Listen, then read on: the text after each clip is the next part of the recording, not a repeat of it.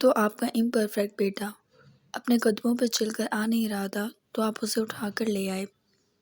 مرتضیٰ نے جلدی سنبھال لیا تھا خود کو۔ اس کے نشان زدہ چہرے کی جانب دیکھ کر کہتے تسکین سی ملی تھی کہ مرتضیٰ کی دی گئی چوٹ کا نشان آج تک اس کے چہرے پہ موجود تھا، مگر حقیقت تو یہ تھی کہ وہ خود بھی میر سہراب علی خان کے اثر سے متاثر تھا، اور اگر یہ بات سب پر واضح کر دیتا تو اس کی کیا عزت رہ جاتی۔ میں فی الحال کچھ نہیں سننا چاہتا، ڈیڈ کی طبیعت نہیں ٹھیک تبھی مجھے یہ سب کرنا پڑا ہے۔ باپ تو میرا ہے، سوچوں گا میں ہی اس معاملے میں، وہ مرتضیٰ سے بولے۔ مرتضیٰ نے مزید کچھ نہیں کہا، البتہ سہراب پر سب کی ایسی نظریں تھیں جیسے بس اس کے چہرے، اس کے مضبوط 6 فٹ سے نکلتے قد، اس کے شاندار نئے نقش، اس کے مسلز، اس کے سکس پیکس، بس نہ چاہتے ہوئے بھی سب دانتوں تلے زبان دبائے کھڑے تھے۔ وہ سب کچھ لمحے دیکھتے رہے، پھر مرتضیٰ نے ہی وہاں سے جانے میں پہل کی۔ عجوبہ لگ رہا ہے ہمیشہ کی طرح، اس نے سر جھٹک کر کہا اور جانے لگا، جبکہ مراد کو پرواہ نہیں تھی۔ نہ جانے دل میں احساس جاگا تھا یا کچھ اور، وہ نہیں جانتا تھا، مگر سہراب کی باتوں نے اسے اندر سے عجیب کیفیت میں مبتلا کر دیا تھا، اور وہ اپنی کیفیت سے خود بھی انجام دوڑ کر جب اس کے گھر کو گئے تو اکیلا تھا۔ اس کے سر کے نیچے تکیہ لگا تھا، اس کے ارد تکیے رکھے تھے جیسے کسی نے چھوٹے بچے کی پرواہ کی ہو، اور وہ سو رہا تھا۔ وہ اس کے نزدیک گئے اور بس آدمیوں کی مدد سے اپنے بیٹے کو اٹھا کر لے آئے۔ وہ جانتے تھے وہ کیا کر رہے ہیں، اور یہ سب ان کے پیچھے بہت سی وجوہات تھیں جس کا ذکر ابھی کسی سے کیا نہیں جا سکتا تھا۔ وہ پہلے باپ تھا جو جانتا تھا ان کا بیٹا اپنے قدموں سے ان کے گھر کی دہلیز کبھی پار نہیں کرے گا، تبھی کڈنیپ کیا تھا۔ اپنی حرکت پر خود بھی ہنس پڑے۔ تم اتنا خوش کیوں ہو اس کو لا کر؟ اس کی بیوی نے غور سے مراد کو دیکھا۔ بات خوشی کی نہیں ہے، بات یہ ہے کہ میرے باپ کی اگر آخری خواہش سہراب خان تھا تو میں نے پوری کر دی، لیکن ایسا لگ نہیں رہا کہ تم صرف یہ اپنے باپ کے لیے کر رہے ہو۔ تمہارا انداز بتا رہا ہے تم اپنے چھوٹے بیٹے کی ماں کے ملنے پر ایسے خوش ہو رہے ہو جیسے وہ بچھڑا تھا ہم سے۔ تم سگی ماں ہو اس کی شیلا۔ مراد نے ذرا اسے احساس دلانا چاہا۔ بس کریں یہ باتیں، مجھے نہ پڑھائیں، یہ وہی لڑکا ہے جو اتنی سی عمر سے آپ کو بی پی کا مرض دے چکا تھا، اور میں جانتی ہوں آپ اتنے اچھے بالکل نہیں ہیں، اور کوئی نہ کوئی بات ضرور ہے جسے آپ چھپا رہے ہیں۔ وہ جانتی تھی مراد کو ایسے کیسے منہ اٹھا کر آج بیٹے پہ پیار آ گیا، ضرور پیچھے کوئی بڑی گیم ہے۔ انہوں نے ذرا کڑوے تیوروں میں کہا، میں تمہیں صرف یاد دلا رہا ہوں تم اس کی سگی ماں ہو، اور ٹھیک ہے میرا اسے اختلاف رہا مگر اب وہ ویسا نہیں رہا۔ مراد بلا وجہ اسے ڈیفینڈ کرنا چاہ رہا تھا۔ اوہ واو، تو کیا اس نے ان 7 سالوں میں؟ کیا مرتضیٰ سے آگے نکل گیا؟ وہ میرے بیٹے کی طرح جی چکا ہے؟ کیا وہ ہزاروں دلوں کی دھڑکن بن گیا ہے اس کٹے ہوئے چہرے کے ساتھ؟ کرتا کیا ہے یہ؟ کیا یہ آج ہماری سوسائٹی میں موو کرنے قابل ہے؟ کیا اسے انگلش بولنی آتی ہے؟ کیا یہ دوسروں کی نظروں میں نظریں ڈال کے بات بھی کر سکتا ہے؟ مراد بولو مت، میں نے ہمیشہ پرفیکٹ چیزوں کو پسند کیا ہے، اور تمہارا یہ بیٹا پرفیکٹ نہیں ہے، تو میرے بیٹے پر سہراب کو فوقیت کبھی مت دینا۔ پھر کچھ دیر پہلے جب درانی کی فیملی آئی تب تم سہراب کی وجہ سے ہمارے ساتھ نہیں تھے۔ جانتے بھی ہو کتنا احساس ہے، وہ کتنا فیل کرتا ہے ہر چیز کو، پھر بھی تمہاری کمی کو اگنور کر کے خود کو کمپوز کر کے بیٹھا رہا، اور ان کے جاتے ہی تمہارے روم میں چلا گیا۔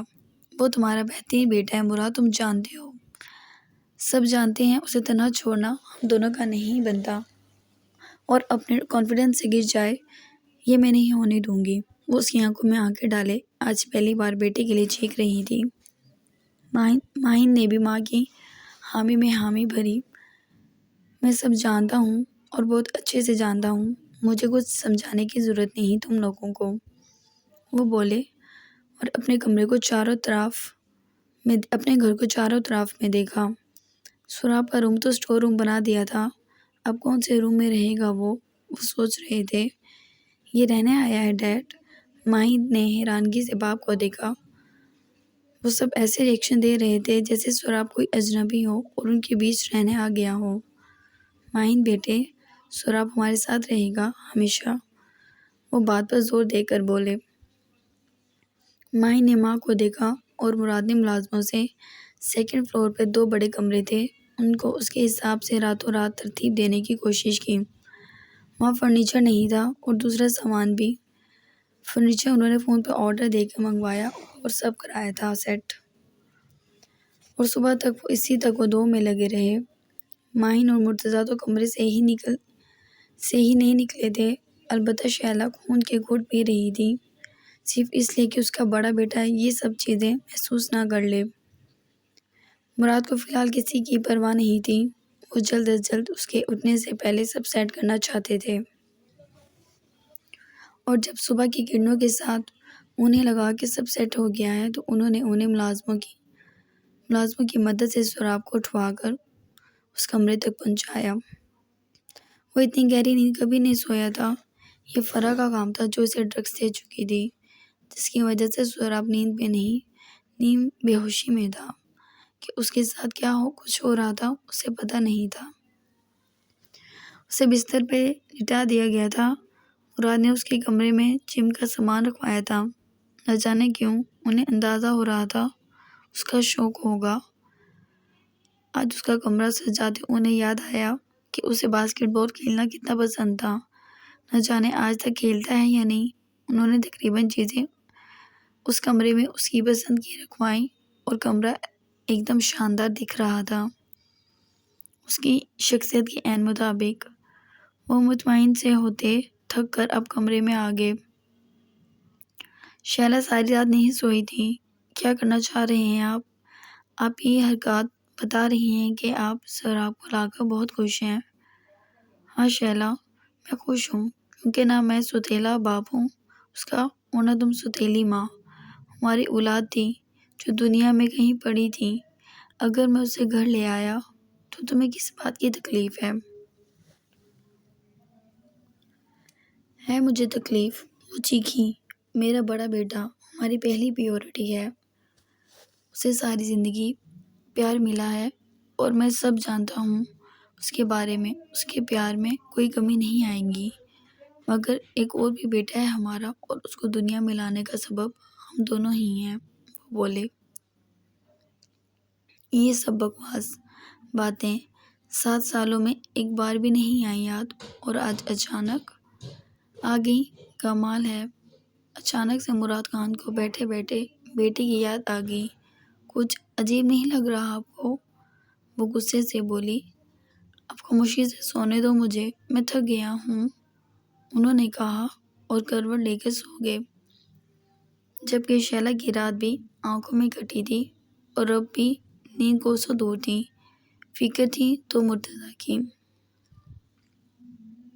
موبائل فون کی تیز آواز پر اس کی آنکھ کھلی، مگر مکمل بیدار نہیں ہو سکا تھا وہ۔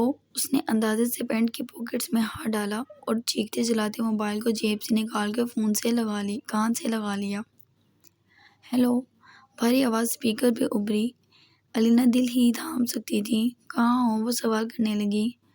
تمہارے دل میں ہوں، دیکھ لو غور سے، مگر اب فون مت کرنا، کہہ کر اس نے موبائل پھینکا اور کروٹ لے کے سو گیا۔ وہ بھول گیا تھا وہ سونے کا عادی نہیں تھا، مگر اتنی سکون بھری نیند آتے پہلے نہیں آئی تھی۔ وہ ہر پل کی بے چینی کا شکار تھا۔ علینا کا فون پھر سے بجنے لگا۔ اس نے پھر سے فون اٹھا کے کان سے لگا لیا۔ تم اپنے فلیٹ میں نہیں ہو، میں وہیں کھڑی ہوں، اس نے بتایا۔ تم اندھی ہو؟ وہ آنکھیں بند کیے بول رہا تھا۔ سوراب، فی الحال میری آنکھیں بالکل ٹھیک کام کر رہی ہیں، مجھے فکر ہو رہی ہے یار، پلیز بتاؤ مجھے کہاں ہو تم؟ وہ فکر مندی سے بولی۔ یار کیا ڈرامہ ہے؟ وہ چڑھ کر اٹھ بیٹھا۔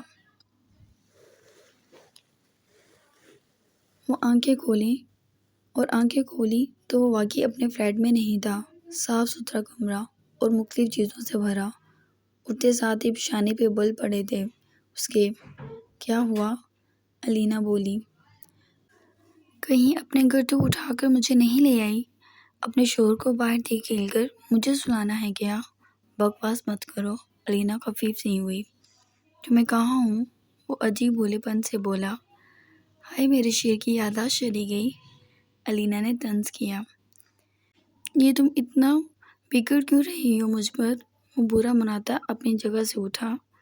جب تم مجھے نہیں دکھو گے تو مجھے غصہ ہی آئے گا نا، وہ بولی۔ میری شیرنی مجھے چیک تو کرنے دو، کہاں راتوں رات شفٹ ہوا ہے میر سہراب؟ وہ ہنسنے لگا۔ علینا مسکرا اٹھی۔ وہ اکثر بیگانگی سے یہ کہہ جاتا تھا، یہ جانے بنا کہ دوسرے پر کیا اثر ہوتا ہے۔ وہ اٹھا اور ارد گرد دیکھنے لگا۔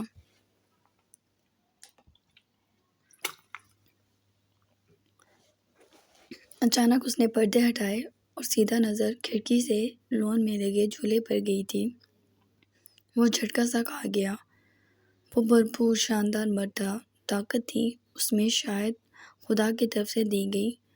بہت چھوٹی عمر میں زمانے کی گردش میں نکل گیا تھا تو مددگار اس کا رب ہی تھا۔ لیکن اس وقت وہ زلزلے کی زد میں تھا۔ وہ یہاں آیا تھا کیسے؟ اس کا دماغ خراب ہونے لگا تھا اور اسی شدت محسوس ہو رہی تھی اسے خود میں جو آج سے پہلے کبھی نہیں کی تھی۔ سہراب، کیا ہوا ہے؟ علینا اسی خاموشی کو محسوس کر رہی تھی۔ آج میرا باپ زندہ نہیں بچے گا مجھ سے، اگر میں قتل کر دوں تو بچا لینا۔ وہ پاگل سا ہونے لگا، بھڑک کر کہتا، فون کان سے ہٹا گیا۔ سہراب، اس نے فون بند کیا، جھٹکے سے دروازہ کھولا اور تن فن کرتا وہ باہر نکل آیا۔ اس گھر کو 7 سال بعد دیکھ کر بھی اس کے دل و دماغ میں کوئی خیال نہیں آیا تھا۔ یہ وقت دوپہر 2 بجے کا تھا۔ دادا کی طبیعت بے حد خراب تھی، تبھی مرتضیٰ بھی گھر پر تھا۔ ڈاکٹرز کھڑے تھے، مراد نے تو ویسے بھی جانا نہیں تھا سہراب کی وجہ سے۔ دوسری طرف علینا کے ہاتھ پاؤں پھولنے لگے تھے۔ وہ جلدی سے اس کے فلیٹ کو لاک کرتی نکلی تھی۔ اسے نہیں پتا تھا کہ سہراب کے پیرنٹس کہاں رہتے ہیں اور وہ جگہ اسے کبھی بتاتا بھی نہ۔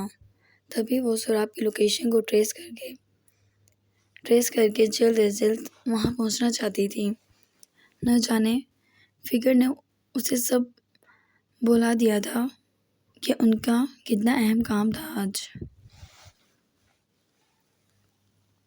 اس نے لات مار کر دروازہ کھولا تھا جہاں سے اسے گھر والوں کی آوازیں آ رہی تھیں، اور اس نے ارد گرد دیکھے بنا ہی سیدھا مراد خان تک پہنچا اور ان کا گریبان جگڑ لینے میں لمحہ بھی نہیں لگایا تھا۔ چاہ کیا رہے ہیں آپ مراد خان؟ وہ دھاڑا، اس کی دھاڑ کی گونج جیسے پورے گھر کی دور و دیوار کو ہلا گئی تھی۔ وہ خون آشام نظروں سے انہیں دیکھ رہا تھا۔ انہوں نے اس کے بازو گریبان سے نہیں ہٹائے، سب اسے دیکھ رہے تھے، آنکھیں بند کر کے۔ جتنا پر اثر لگتا تھا اس سے کہیں گنا زیادہ آنکھیں کھول کر وہ مراد خان پر چھایا ہوا لگ رہا تھا۔ سہراب، میرا بیٹا آ گیا۔ دادا کی کانپتی آواز پہ مراد خان سے دھیان ہٹ کر اپنے دادا پر گیا تو وہ چند لمحے یوں ہی کھڑا انہیں دیکھتا رہا اور پھر ایک دم ہنس دیا۔ اس نے مراد خان کی جانب دیکھا۔ گھر میں اور کسی کو دیکھنے کی زحمت بھی نہیں کی تھی۔ کیا ڈرامہ ہے یہ؟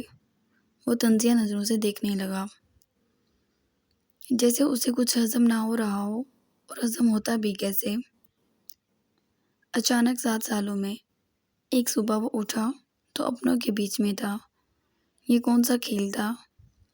سہراب، دادا نے اس کی جانب ہاتھ بڑھایا۔ جسٹ انف دس نان سینس۔ وہ نفی میں سر ہلاتا بھڑک اٹھا۔ سہراب، رک جاؤ، اب تم کہیں نہیں جاؤ گے۔ کون ہوتے ہیں آپ مجھے روکنے والے؟ وہ ان کی جانب بڑھتا کہ اچانک ہی علینا بھاگتی ہوئی اندر داخل ہوئی اور اس کے مضبوط جسم کو اپنے بازوں سے روک لیا، جبکہ وہ بھرا ہوا انسان کہاں رکنے والا تھا۔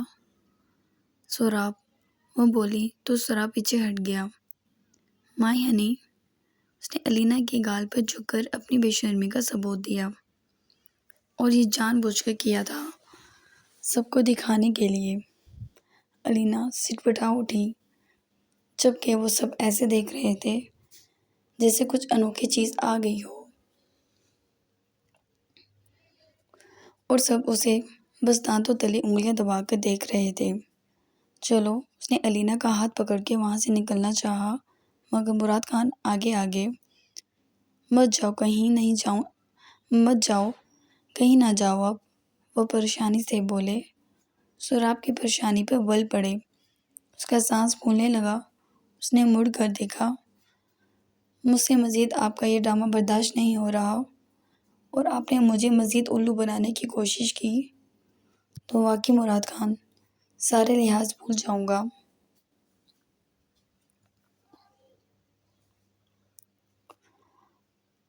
اس سے پہلے وہ کچھ کہتا کہ اندر سے چیخو پکار کی آوازوں نے سب کی توجہ کو دوسری جانب مبذول کر دیا۔ مرتضیٰ ماہین اور ان کی ماں اندر بھاگی۔ مراد خان نے سوراب کے ہاتھ تھام لیے۔ وہ جانتے تھے ان کے والد کی جان کنی میں آسانی ہوئی تھی، بس کیونکہ مر تو وہ بہت عرصے سے گئے تھے۔ کہیں مت جانا اب سوراب، یہ تمہارا گھر ہے، پچھلے 7 سالوں کا حساب تمہیں دے نہیں سکتا۔ مگر وہ چپ ہو گئے، سر جھکا گئے، جبکہ سوراب نے جھٹکے سے ہاتھ چھڑا لیا۔ اس کا دم گھٹنے لگا تھا ان منافق لوگوں کے بیچ، جبکہ سوراب کی یادداشت سے سب باہر تھا۔ اندر سے رونے پیٹنے کی آوازیں آ رہی تھیں۔ مراد خان وہاں سے اندر چلے گئے۔ سوراب نے علینا کی طرف دیکھا۔ تم یہاں کیوں آئی ہو؟ میری بات، اگر تم ان لوگوں کے حق میں کچھ بولی تو اتنے تھپڑ ماروں گا کہ منہ سوج جائے گا تمہارا، وہ دھاڑا۔ علینا نے کانوں پر ہاتھ رکھ لیا۔ کیسے چیخنے لگے ہو سوراب، تھوڑا ہوش کرو اور اپنے دماغ کا استعمال، بکواس بند کرو، وہ غصے سے بولا۔ علینا نے سانس بھرا۔ ٹھیک ہے، تو کیا چاہتے ہو تم؟ وہ اس کی چاہت جاننا چاہتی تھی۔ یہاں سے دور جانا، یہ جگہ میرے لیے نہیں ہے، قید خانہ ہے یہ، اور ایک بار یہ لوگ پھر سے مجھے قید کرنا چاہتے ہیں۔ مارے غصے سے اس نے آس پاس پڑے گملے کو لات مار دی۔ سوراب، اس نے اس کے دونوں ہاتھ تھام لیے۔ سوراب اس کی آنکھوں میں دیکھنے لگا۔ جو تم چاہتے ہو وہی ہوگا، فی الحال غصہ مت کرو، ابھی تو اندر کسی کی ڈیتھ ہو گئی ہے، تم تھوڑی دیر ریلیکس ہو جاؤ۔ بالکل نہیں، وہ اکڑ کر اپنے بازو چھڑا گیا۔ ابھی مزید علینا کچھ بولتی کہ اس کا سیل فون بجنے لگا۔ سوراب نے جہاں غصے سے دیکھا تھا اسے وہیں علینا نے گہرا سانس بھرا اور اپنا موبائل دیکھا۔ رضا کی کال تھی۔ اب میرے سامنے اس کی کال اٹھانے کی ضرورت نہیں ہے، اور تم آتی ہی کیوں ہو جب اپنے شوہر سے چپکنا ہوتا ہے تم نے؟ وہ بگڑ رہا تھا اس پر۔ علینا سر تھام گئی، اور وہ اس کے قابو کی بھی چیز نہیں تھا۔ وہ ایسے ہی سمجھتی تھی کہ اسے قابو کر سکتی ہے۔ شوہر ہے میرا، جان سے مار ہی نہ دوں تمہارے اس شوہر کو، پھر پیٹتی رہنا ڈھنڈورا۔ شوہر ہے میرا۔ گھور کر دیکھتا وہ اپنے آپ ہی اندر چلا گیا۔ علینا اپنی مسکراہٹ روکنے لگی تھی۔ ابھی کیسے اس سے لڑ رہا تھا اس وجہ سے کہ وہ یہاں نہیں رہے گا، اور اب خود ہی اندر جا چکا تھا۔ اس نے کال پک کر لی۔ رضا اسے انفارم کر رہا تھا کہ وہ کچھ دنوں کے لیے انگلینڈ جا رہا ہے۔ وہ شرمندہ سی رہ گئی۔ 4 مہینے ہوئے تھے شادی کو، اور ان کے بھی شادی لگتی ہی نہیں تھی۔ علینا نے اسے گڈ بائی کہا اور خود اندر جاتی کہ رک گئی۔ شاید اسے اکیلا رہنا چاہیے تھا، مگر شاید اسے بھوک لگی ہو۔ اس کے دماغ نے جیسے گھنٹی بجائی، اور وہ پھر کچھ بنا دیکھے اس کے لیے سامان آرڈر کر چکی تھی۔ تھوڑی دیر گاڑی میں بیٹھ کر اس نے ویٹ کیا، اور جب ناشتہ آ گیا تو اندر لے آئی۔ سوراب کا کمرہ ایک ملازمہ سے پوچھ لیا تھا۔ وہ اندر آئی تو وہ کمرہ کافی کشادہ اور بہت خوبصورت تھا۔ وہ بیڈ پہ الٹا لیٹا ہوا تھا، اس کا وجود جیسے پورے بستر پہ پھیلا تھا۔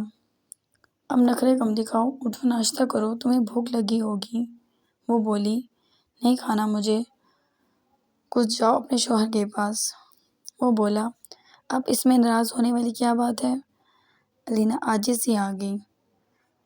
ابھی تم نے شوٹ کے لیے بھی جانا ہے، پلیز پلیز سوراب ناشتہ کر لو تاکہ تم انسانوں کی طرح بیہیو کرو۔ دوست بن کر دشمنوں والا رویہ رکھتی ہو۔ میں کھاتا نہیں سب، بس تمہاری شکل ہے جس کی وجہ سے کھا رہا ہوں۔ وہ شانت کرتا ٹرے اپنی جانب کھینچ گیا۔ میں مشکور ہوں سرکار آپ کی۔ الینا نے ہاتھ جوڑے تو وہ اپنی ہنسی روک گیا۔ الینا ریلیکس ہو گئی۔ ایک بات پوچھوں؟ بکواس کے علاوہ کچھ بھی؟ سوراب بولا تو الینا نفی میں سر ہلاتی پوچھی بیٹی، یہ تمہارے پیرنٹس ہیں؟ اسے یقین نہیں آیا تھا، شاید تبھی پوچھ رہی تھی۔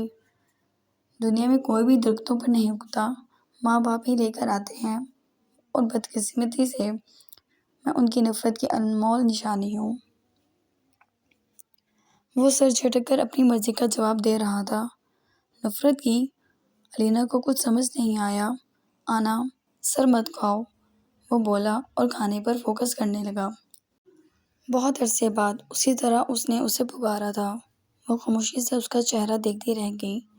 یونیورسٹی میں وہ اسے آنا کہتا تھا، اور جب الینا نے وجہ جانی تو اس نے بس اتنا ہی کہا کہ اسے یہ نام پسند ہے۔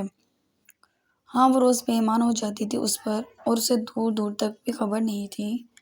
دل تھکتا ہی نہیں تھا اسے دیکھتے دیکھتے۔ وہ اپنی چاہت شاید خود میں بھی شمار نہیں کر پاتی تھی کہ وہ کتنی محبت کرتی تھی اس سے۔ تم ریڈی ہو جاؤ، میں گاڑی میں ویٹ کروں گی تمہارا، وہ جلدی سے بولی۔ سوراب نے سر ہلایا۔ اس سے پہلے وہ کچھ بولتا، اوکے بابا، تمہیں پاستا خود بنا کے کھلاؤں گی، اب چلو۔ وہ تنگ آتی اس کی بات کو پورا کر گئی۔ سوراب نے ایک آنکھ دبائی اور مسکرا کر فریش ہونے چلا گیا۔ یا تو اس کی نیت خراب تھی، یا اس کا اتنا بڑا وجود تھا کہ اسے ہر پل اس کی پسند کی ڈشز چاہیے تھیں، اس وجود کی انرجی پوری کرنے کے لیے۔